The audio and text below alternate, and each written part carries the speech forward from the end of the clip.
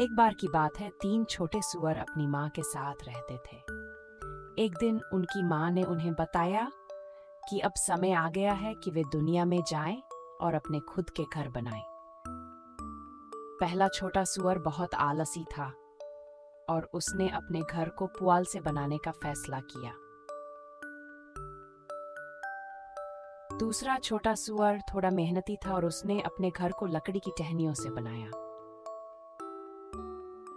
तीसरा छोटा सुअर बहुत मेहनती था और उसने अपनी घर ईंटों से बनाने का फैसला किया।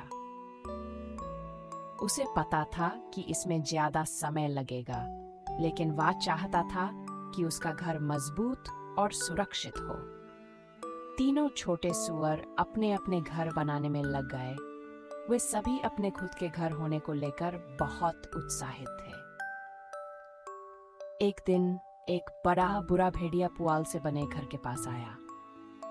उसने दरवाजा खटखटाया और कहा, छोटे सुअर, मुझे अंदर आने दो। छोटे सुअर ने जवाब दिया, मेरे ठुड्डी ठुड्डी के बालों की कसम, नहीं आने दूंगा। तो भेड़िया फूंक मारी और घर को उड़ा दिया। छोटा सुअर अपने भाई के लकड़ी के घर की ओर भागा।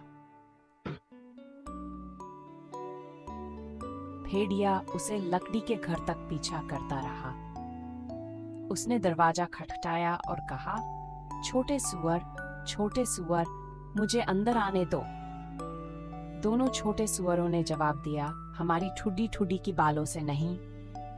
तो भेड़िया जोर से सांस ली और फूंक मारी और घर को गिरा दिया।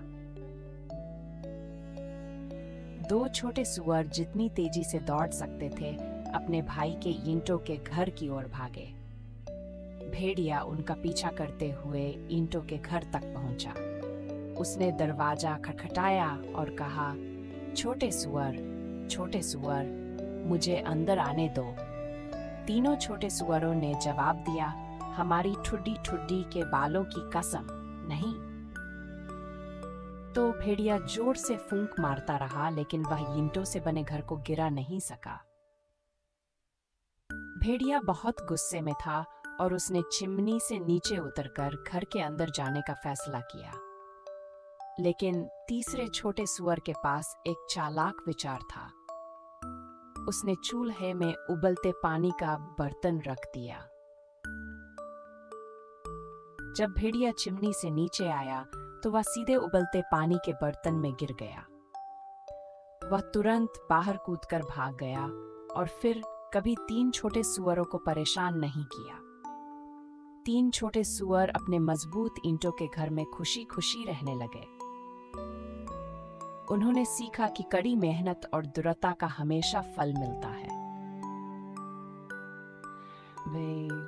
तब से तीन छोटे सुअर अपने आरामदायक घर का आनंद लेने लगे और सभी खतरों से सुरक्षित रहे। वे अक्सर अपने दोस्तों को बुलाते और उन्हें बताते कि कैसे उन्होंने बड़े बुरे भेड़िए को चकमा दिया। सुअर हमेशा कड़ी मेहनत करने और तैयार रहने की बात याद रखते थे और वे सभी खुशी खुशी रहने लगे।